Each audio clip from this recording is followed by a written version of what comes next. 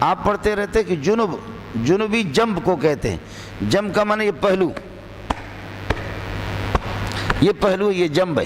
جنب جیسے کہ ایک سائڈ پر ہے، جنب پہلو ایک سائڈ پر ہے۔ جو آدمی حالت جنابت میں گھومتا پھرتا ہے وہ بھی اللہ کی رحمتوں سے ایک سائڈ پر ہے، خیال کر لینا ہے۔ اس لیے میم برکت العلم، علم کی برکت یہی ہے کہ 24 گھنٹہ آدمی وضو کے ساتھ رہے۔ میں تو نالائق ہوں لیکن آپ کو بتا رہا ہوں، اگر آپ چاہیں کہ میرے علم کے اندر برکت ہو، سمجھے، علم میں برکت ہو اور علم کا نور آ جائے، تو 24 گھنٹہ، خاص طور پر خیبر پختون والے، پنجاب والے، سندھ والے، آپ کے لیے تو کوئی مسئلہ ہی نہیں ہے، آپ کے پاس تو پانی ہے۔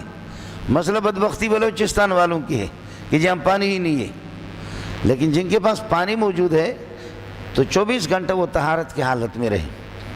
اور اللہ کی رحمتیں، اور خصوصی طور پر یہ ہے کہ علم میں برکت بھی اس سے آ جاتی ہے اور بیماریوں سے آدمی محفوظ رہتا ہے۔ جنوبی جنب ہے، جنب ایک پہلو پر ہے، ایک سائڈ پر ہے۔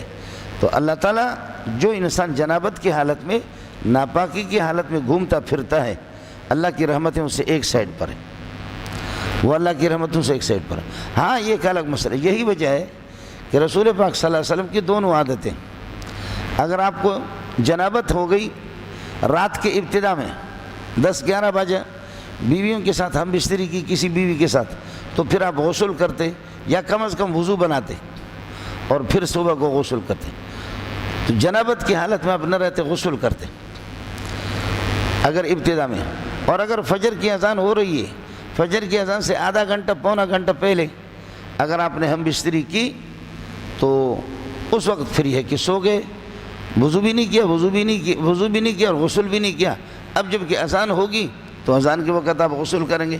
یہ تھوڑی دیر کے لیے، آدھا گھنٹہ ہے، پونا گھنٹہ ہے، تو اس میں کوئی، لیکن عام حالات میں جنابت کی حالت میں رہنا، لا تدخل الملائکۃ بیتا فیہ کلب ولا تصاویر، دوسری ایک روایت ہے ولا جنب۔